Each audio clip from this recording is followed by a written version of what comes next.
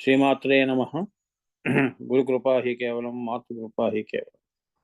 మనం అమ్మవారి భైరవి దశమహావిద్యల్లో భైరవి అనే అమ్మవారి యొక్క రూపము అంటే అంశము అని, అంతే కదా. ఈ అమ్మవారు చాలా సనాతని. సనాతనము అంటే ఏమిటి? సృష్టికి పూర్వం పరాశూన్యమమ్మ. దాని తర్వాత వచ్చిన అందులో చలనము వచ్చి ఏమ్మ భైరవము పుట్టి ఈంకారము, అదే పరాబీజము అంటారు. పరాత్పర బీజము కూడా అంటారు. అన్ని సర్వ సారస్వతము కూడా ఈంకారం నుంచి వచ్చింది కాబట్టి అది రెండవ దశ.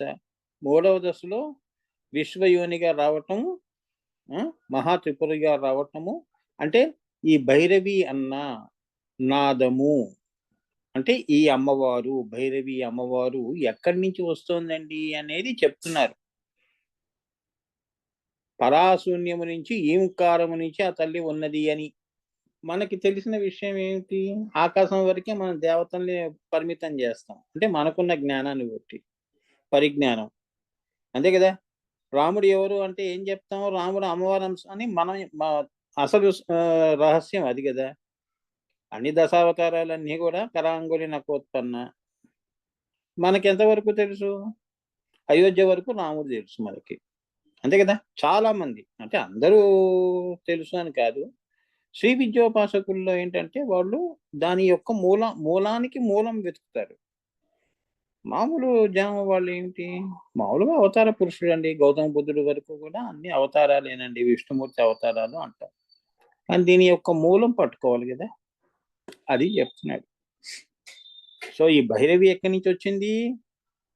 ఆకాశం నుంచి నువ్వు సృష్టిస్తే వచ్చిన దేవత కాదు, సర్వ సృష్టిని చేసిన తల్లి. నాదము నుంచి సృష్టి వచ్చింది. కాంతి నాదమై అంతే కదా. దీపాన్ని వెలిగిస్తే ఏమొచ్చింది? వెలుతురు వచ్చింది. దీపం వెలిగించినప్పుడు దీపం తనకు తానుగా వెలగట్లేదు కదా, తన వరకే వెలగట్లేదు కదా. నీ పూజా మందిరం అంతా వెలుగుగా నింపేసింది. అదే కాంతి, అదే సృష్టి. అదనమాట భైరవి అంటే ఏమిటి? ఈ దీపం వెలిగించక పూర్వము పరాశూన్యము. ఎవరు వెలిగించారు? అదే స్వయంభూ. ఈ అని ఫస్ట్ వచ్చింది పరాశూన్యం నుంచి. అక్కడి నుంచి మిగతా షోడశీ బీజాలు ఏమ్మా. ఈ 5 బీజాలే కదా, 5-6 బీజాలే కదా. ఈం శ్రీం హ్రీం క్లీం ఏదైతే అంతర్లీనంగా ఈంకారము ఎప్పుడూ ఉంటుందన్నమాట. ఈ భైరవి విద్యలో కూడా, భైరవి అమ్మవారిలో కూడా ఆ పరాత్పరమైన బీజము ఈంకారం కూడా అంతర్లీనంగా గంగా యమున సరస్వతి నది ఎలా దాగి ఉందో ఈంకారము ఈ షోడశీ బీజాల్లో అంతర్లీనంగా ఉంటుంది. ఈం శ్రీం ఈమని చివరితో ఈంకారమేగా. హ్రీం శ్రీం హా ప్లస్ రా ప్లస్ ఈ, శా ప్లస్ రా ప్లస్ ఈ, ఈమే కదా. మరి భైరవి అమ్మవారు ఇక్కడి నుంచి వచ్చిందండి, మా ఇంటి వెనక నుంచి వచ్చింది, మీ ఇంటి ముందు నుంచి వచ్చింది అనేది కాదు జ్ఞానము. నువ్వు అజ్ఞానము, జ్ఞానము, విజ్ఞానము, ప్రజ్ఞానము, మేధస్సు పైన జ్యోతి, జ్యోతి పైన ఈ యొక్క అమ్మవారి యొక్క నాదము, పరానాదము ఈ అక్కడి నుంచి మొదలైందని చెప్తున్నాడు. అర్థమైందా? భైరవము నుంచి సృష్టి వచ్చినది. భైరవము అంటే భయంకరమైన విస్ఫోటము. అదే అమెరికన్స్ వాళ్ళు ఏమంటారు? బిగ్ బ్యాంగ్ థియరీస్ అంటారు. సో దానికే మరి ఒక పేరు పరావాక్కు భైరవి.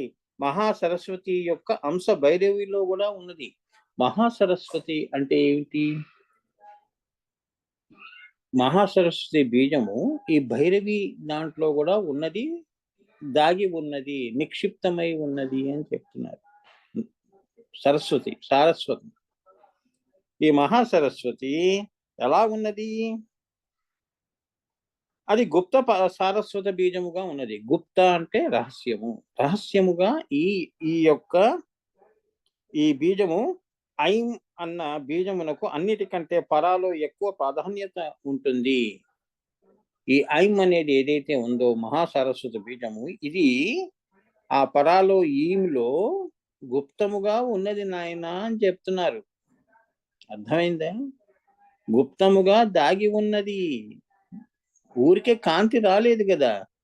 సృష్టి చేయాలి అంటే సారస్వతి, సరస్వతి అంటే ఏంటి? మహాసరస్వతి అంటే? తంత్రము అంటే ఏమిటి? ముందే సృష్టి ఎలా ఉండాలో అనేది ప్రీ ప్లాన్డ్. ఆ యొక్క బీజము 5 ఆకాశాలుండాలి. అలానే సూక్ష్మభూతాలు, అలానే స్థూల భూతములు, ఆ పంచీకరణ జరిగిన తర్వాత సృష్టి ఇలా ఉండాలి. ధర్మములు ఎలా ఉండాలి? వేదములు ఎలా ఉండాలి? అలానే ఉపనిషత్తులు, ఆ వేదానికి సంబంధించిన ఉపనిషత్తులు. ఇవన్నీ కూడా ధర్మములన్నీ గూడా ఒక్కొక్క లోకానికి ధర్మాలుంటాయి. అర్థమైందా? ఇప్పుడు మనం ఇక్కడ కింద భూమి మీద ఎవరి ఇంటి డిసిప్లిన్ వాళ్ళది. అవునా? అలానే ఇవన్నీ ఎలా వస్తున్నాయి? ఈ మహాసరస్వతి బీజము గుప్తముగా ఉన్నది భైరవిలో. ఆ! ఇప్పుడు నాన్నగారు కేకలేశారు అంటే ఆయన ఎలా ఉన్నారు అనేది గుప్తముగా ఉన్నది ఆయన కోపము. "రై" అంటాడు గట్టిగా. అంటే అమ్మో! కోపంగా ఉన్నాడు నాన్నగారు అని. నాన్న ఇలా రా అంటే అమ్మో! శాంతంగా ఉన్నారు. ఇవన్నీ ఎటువంటివి ఎమోషన్స్? ఈ ఎమోషన్స్ అన్నీ గుప్తముగా ఉన్నాయి. అది శబ్దము చేసిన తర్వాత మనకు తెలుస్తుంది. అరే! నాన్నగారు కోపంగా ఉన్నారు అనేది సారస్వతి. నీకెట్టా తెలిసింది?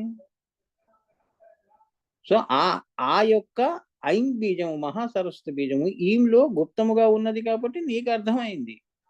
ఎమోషన్స్, ఫీలింగ్స్ ఎట్లా అర్థం చేసుకుంటావు? అట్లా అని ఇదొక సాపేక్షంగా ఒక ఉదాహరణగా చెప్పాను. అన్నీ గూడా అందుకే ఈ సృష్టంతా గూడా రహస్యమమ్మా. ఇది ఓపెన్‌గా చెప్పేది కాదు. ఈవెన్ నువ్వు తిరుగుతున్న వ్యక్తులు గూడా చాలా రహస్యంగా ఉంటారు వాళ్ళు. నీకెందుకు ఓపెన్ అప్ అవుతారు వాళ్ళు? నీకన్నీ ఎందుకు చెప్తారు?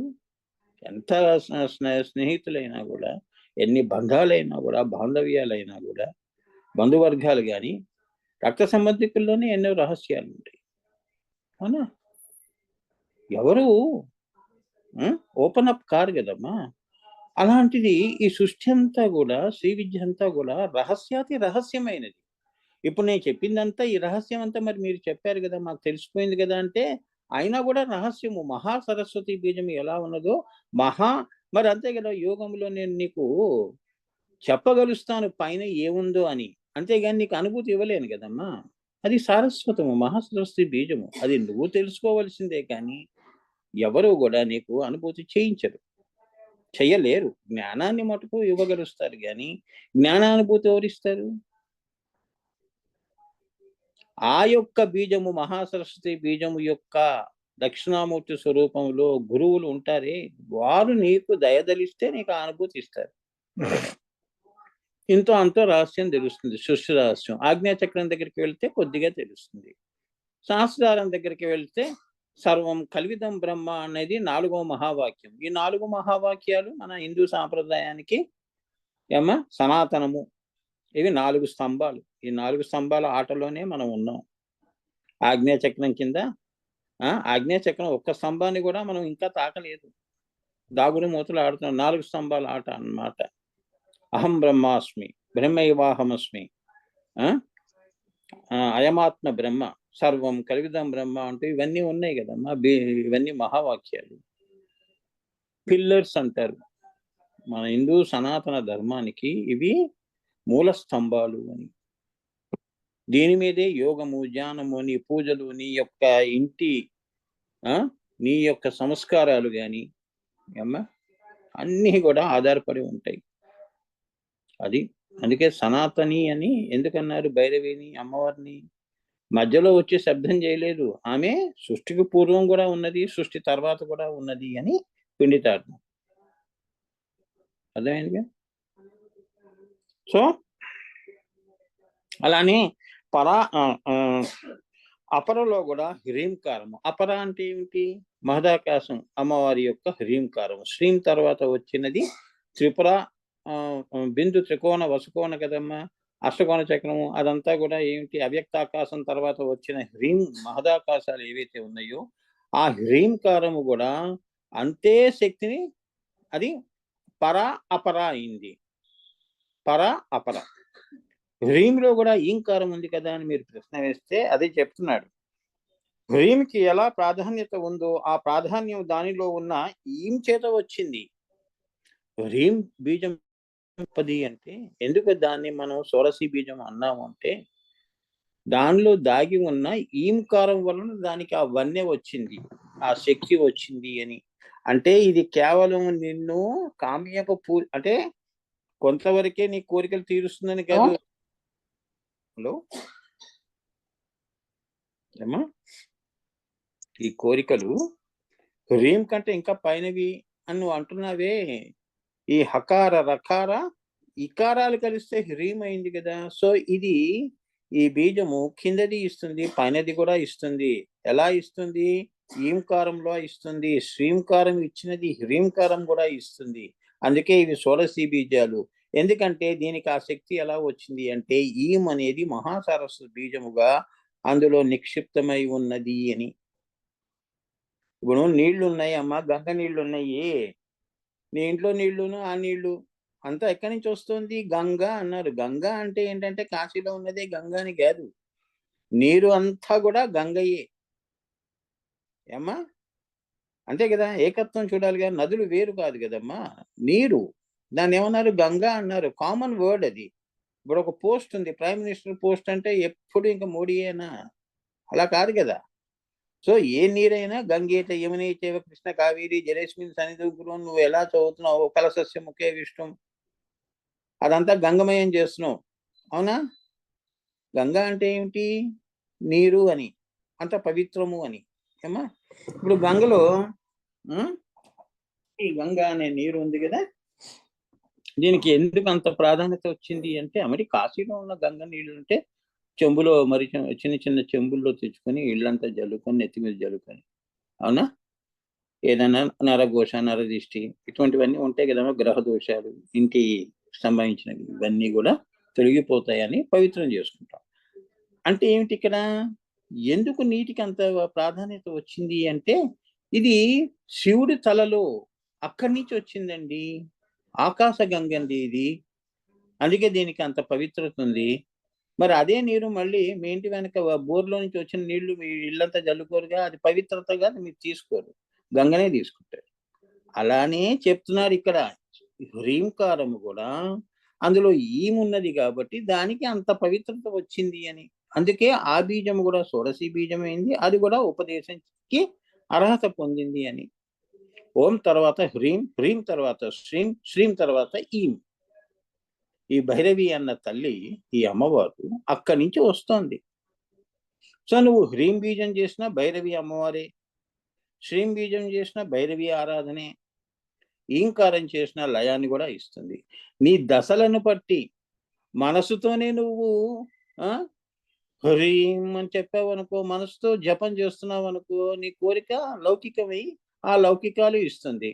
కొద్దిగా గురువుల దగ్గర యోగము ధ్యానము చేసుకుని ఈ లౌకికం ఇది నశ్వరము అని తెలుసుకొని ఆజ్ఞాచక్రం దగ్గరికి వెళ్ళి అక్కడ నువ్వు కోరుకునేవి అక్కడికి సంబంధించిన కోరికలన్నీ ఆ వరాలన్నీ ఆ తల్లి ఇస్తుంది. ఇంకా పైకి వెళ్ళావు అనుకో, కిందవి నువ్వు వద్దంటున్నావు కదరా, పైనవి తీసుకొని పైనవి ఇస్తుంది.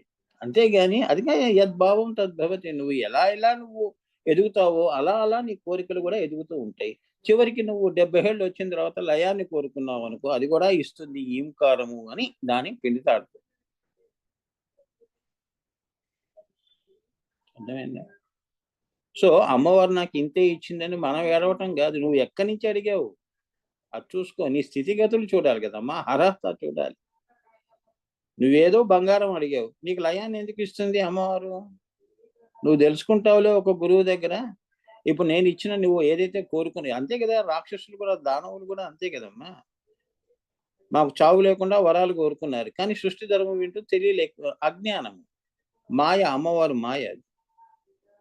తర్వాత తెలుసుకున్నారు ఈ సృష్టిలో ఏది పుట్టిందో గిట్టక మానదు అనే సత్యం తెలుసుకున్నారు. నశ్వరము నశ్వరమే. నీ శరీరంలో ఆత్మ శాశ్వతం కానీ శరీరం శాశ్వతం కాదు కదా, నశ్వరము కదా. అవునా? దాని ద్వారా అది వెళ్ళిపోతుందమ్మా. నువ్వు ఎంత దాన్ని పట్టుకున్నా వయసులోనే ఉండు అంటే అది ఎందుకు ఉంటుంది? వెళ్ళిపోతూ ఉంటుంది. దాని పని అది చేసుకుని వెళ్ళిపోతుంది. ప్రకృతి అంటారు. ప్రకృతి తన పని తాను చేసుకుంటూ వెళ్ళిపోతుంది. నువ్వేంటంటే ఆ ప్రకృతిని తెలుసుకొని, దాని రహస్యం తెలుసుకొని, దాన్ని నువ్వు ఏమ్మా ఇది నశ్వరము అని అదే ఆజ్ఞా చక్రం దగ్గరికొస్తే అదే అసలైన బ్రహ్మాన్ని నేను చూశాను. ఈ బ్రహ్మనే నేను ఉన్నాను. ఈ ప్రకృతిలో ఇదంతా ప్రకృతి అంతా నేనే ఉన్నాను అనేది తెలుసుకోవటం రహస్యం. అంతేగాని ప్రకృతికి లొంగిపోయి, మాయకి లొంగిపోయి ఆ! గమ్యము, దశ, దిశ లేకుండా తిరగటం అనేది అంతే కదా! తాడు బొంగరం లేకుండా చాలా మంది తిరుగుతుంటారు. ఆధ్యాత్మికంగాని, ఆది భౌతికంగాని. ఎవడికి ఏం జేయాలో, ఏం జేస్తున్నాడో, ఎక్కడికి పోవాలనేది తెలీదు. ఎంతసేపు లౌకికంగా నేను అది కావాలి, ఇది కావాలని పరిగెడుతూ ఉంటాడు. మాయ. తెలుసుకున్నవాడు అదృష్టవంతుడు. సో, పరలో కూడా హ్రీంకి ఎలా ప్రాధాన్యం ఉన్నదో, ఆ ప్రాధాన్యం దానిలో ఉన్న ఈం చేత వచ్చింది. అంటే గంగకి పవిత్రత, హ్రీంకారానికి ఎందుకంత పవిత్రత వచ్చిందంటే, ఈంకారం అనేది హా ప్లస్ రా ప్లస్ ఈ. ఆ ఈ అనే ఇంకారో అక్షరాత్ సారాత్ సారం. అన్నిటి సారాలకి సారమైనది ఈంకారం. అదే అక్కడి నుంచి ఆ తల్లి పరా నుంచి వస్తుంది కాబట్టి భైరవి. ఆమె పరాభైరవి. ఆ ఈం మనని తెలుసుకోవడానికి వీలున్న ఈంకారము. ఈ ఐంలో కూడా ఇది ఈ హ్రీంకారంలో ఈం అన్నది మనము తెలుసుకోవడానికి వీలున్న ఈంకారం. అందుకే నువ్వు లలితా సహస్రంలో హ్రీంకారాధన గర్భి ఏవండి అన్నీ కూడా అమ్మవారు హ్రీం బీజం నుంచే సృష్టి వచ్చిందండి అనేది తెలుసుకునే వీలు ఉన్నది. అంతే కదా! అష్టధాతువులని నిన్న చెప్పాను గదా! నువ్వు ఎలా పుట్టావు అంటే అవన్నీ రహస్యాలు హ్రీంలో ఉన్నాయి. ఇది తెలుసుకునే విషయం. కానీ అసలైన ఐం బీజం ఎంత గొప్పదో చెప్తున్నాడో చూడండి. ఈ ఐంలో గూడా ఈంకారము గర్భితమైనటువంటిది. అది గర్భితముగా ఐంలో ఉన్నది. కానీ ఈ అన్నది రాదు. హ్రీంలో ఈ అనే నాదం వస్తుంది గానీ, ఐంలో చూడండి ఐం కానీ గర్భితంగా ఈంకారము ఉన్నది. ఆ కారణం చేత దాన్ని మహాసారస్వత బీజము అని కూడా అంటారు. మామూలు సరస్వతి బీజము, ఐం బీజము కాదిది. మహాసారస్వత బీజము అని చెప్తున్నారు. అందుకే చిన్నపిల్లలు లౌకిక విద్యలే కాకుండా అలౌకిక విద్యల్లో కూడా శ్రీ విద్య వరకు కూడా పరాశూన్యం వరకు కూడా వాడికి ఏమ్మా అటువంటి సారస్వతము అంటే ఏంటంటే అటువంటి చదువులు అటువంటి విద్యలన్నీ కూడా అమ్మవారు ప్రసాదిస్తుంది. మహాసరస్వతి బీజం అంటే అది. ఇప్పుడు నువ్వు ఇంట్లో పెట్టుకున్నది సరస్వతి బీజం ఏమ్మా ఐం బీజం. అందులో ఈం బీజం ఇంకోటి కూడా గర్భితమై ఉన్నది. అందుకే గురువు ఇస్తేనే దాని యొక్క విలువ నీకు తెలుస్తుంది. శంఖంలోకి వస్తేనే తీర్థం అన్నాడు. శంకు తీర్థం. గురువు ఇచ్చే మంత్రమే అంత పుణ్యమైనది. మరి ఇప్పుడు ఇదంతా మేము చెప్పాం కదా! అవునా? సో అప్పుడు ఏమైంది నీకు? ఉట్టి లౌకిక విద్యలే కాకుండా అలౌకిక విద్యల్లో కూడా నువ్వు వర్ధిల్లు నాయన లయం వరకు వెళ్ళు అని గురువు ఈ యొక్క బీజాన్ని షోడశీ బీజాన్ని శిష్యులకి అర్హత పొందిన వాళ్ళకి ఇస్తాడు. అవునా? గురువు అది గొప్పతనం. ఏమో అది తెలుసుకోవాలి. సో గురువు అంటే అంత గొప్పవాడు. అందుకే ఆయన చేతిలో ఏ అక్షరం వచ్చినా అది పవిత్రం అవుతుంది అని. గంగలో పవిత్రం కావట్లేదు. గంగ నీళ్లు అందరూ మునుగుతున్నారు కదమ్మా! ఆ తల్లిని సాయంత్రం కల్లా మళ్ళీ వెళ్ళి మళ్ళీ పవిత్రంగా మళ్ళీ కథ ఉంది. గంగాదేవి యొక్క కథలు చదవండి పురాణాల్లో. ఎన్నో కథలున్నాయి గంగకి రిలేటెడ్‌గా. ఇప్పుడు వస్తుందంతా కార్తీక మాసాలు ఇటువంటివే గదా! ఇటువంటివన్నీ చదవండి దేవి భావతాలు పెట్టుకొని. దాని అర్థాలు తెలుసుకోండి అమ్మా. నీవు ఆరాధించే దేవతలు ఎంత గొప్పవాళ్ళో తెలుసుకో. మన ఇంటి విషయం మనమే పట్టించుకోం. పక్క వాళ్ళ విషయమే గూడా మనకి ఎక్కువ అవసరం. అంటే మీరంటే మీరు కాదమ్మా. లోకంలో మనుషులు. పక్కవాడు ఏం చేస్తున్నాడు? వాడు ఎదిగిపోతున్నాడు. నేను ఎదగట్లేదు. ఇదే గోల తప్ప వాడిని మోసం చేద్దాం, వీడిని మోసం చేద్దాం, గురువుని మోసం చేద్దాం, దేవుడిని దైవ దోహాలు కూడా జరుగుతున్నాయి కదా! దేవుడు హుండీలు కూడా మాయం చేస్తున్నారు కదా, లెక్క పత్రం లేకుండా దోచేస్తున్నారు కదా. అవునా? వీళ్ళు ప్రభుత్వాలు నడిపేది ఇటువంటి వాళ్ళ, ఇటువంటి శిష్యుల గురువుల్ని మోసం చేసి ఇట్లా ఉంటుందన్నమాట. ఇవన్నీ భగవంతుడు గమనించట్లేదని కాదు, కర్మ వాళ్ళకి తెలియకుండా ఆ పాపం అంటుకుంటుంది. ఆ చాలా భయంకరంగా ఉంటుందమ్మా. మీరు ఆజ్ఞాచక్రం దగ్గరికి వెళ్తే చూస్తే తెలుస్తుంది ఎన్ని ఆత్మలు రోధిస్తున్నాయో.